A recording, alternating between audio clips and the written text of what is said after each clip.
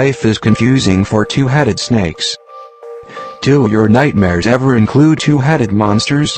Storybook dragons and serpents may have a basis in reality. A farmer in Spain captured a two-headed snake last month, and scientists are eager to study it. Two-headed snakes are rare, but they shouldn't be looked at as freaks, said Gordon Burghardt, a herpetologist at the University of Tennessee. Herpetologists study reptiles like turtles, snakes and lizards. Each two-headed animal is highly individual, and has its own personality and reasons for doing things the same as any other creature, he said. The snake in Spain is lucky it was captured. There is no way it could survive on its own in the wild. Just imagine all the problems you would have if you had two heads. It would be as if you had to get one of your brothers or sisters to agree with every decision you made. What to wear, what to eat, when to eat, what to watch on television, what site to visit on the internet. All the time, every time. That's how it is for a snake with two heads. First, the two heads have to decide they're both hungry at the same time, and then they have to agree to pursue the same prey. Then they might fight over which head gets to swallow the prey. To make it even more complicated, since snakes operate a good deal by smell, if one head catches the scent of prey on the other's head, it will attack and try to swallow its second head.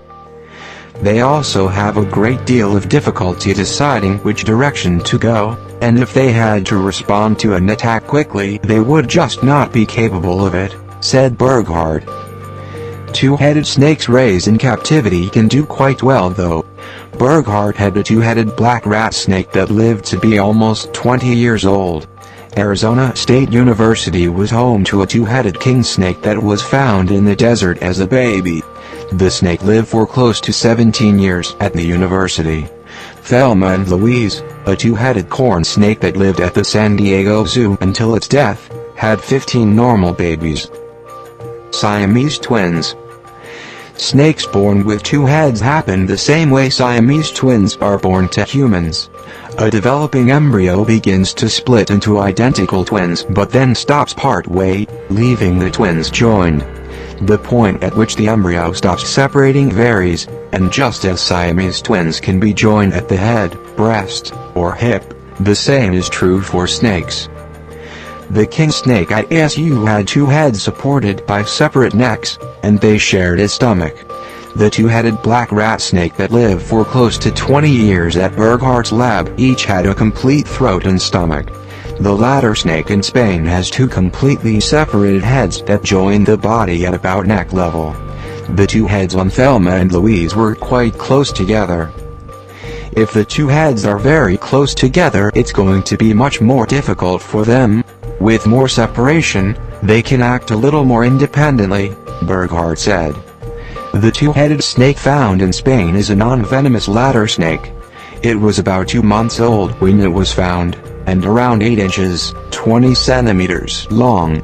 It is now on its way to its new home at the University of Valencia, where biologist Enrique Font will study it. Scientists are interested in learning how the two heads work together to control the same body. They also hope that understanding how the snake's two heads work together will give them some ideas that will help Siamese twins live longer